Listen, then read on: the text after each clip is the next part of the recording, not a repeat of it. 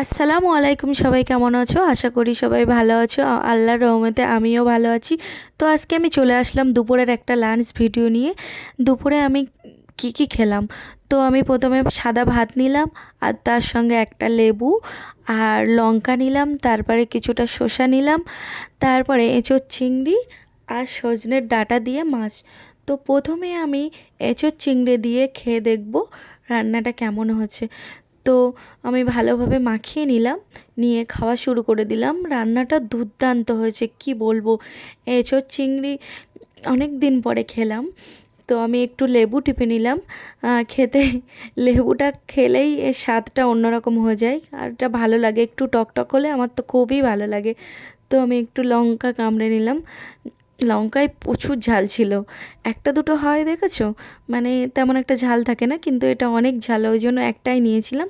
তো আমি একটু স্যালাড খেয়ে নিলাম। এঁচোড় চিংড়ি দিয়ে আমার ভাত খাওয়া প্রায় শেষ। এবার আমি সজনের ডাঁটার একটু ঝোল নিয়ে নিলাম। এই ঝোলটাই খুব সুন্দর, মানে খুব মজা হয়। আমি আলু খুব একটা খাই না, তো ডাঁটাটা খেলাম আর মাছটা খেলাম। মাছে প্রচুর কাঁটা ছিল, কি বলবো, বেছে বেছে খেতে হচ্ছিল, আর এক হাত দিয়ে ভিডিও তুলছিলাম, মানে। আর প্রায় আমার খাওয়া শেষ। তো ভিডিও এ পর্যন্ত। ভালো লাগলে লাইক কমেন্ট শেয়ার দিয়ে আমার পাশে থাকবেন।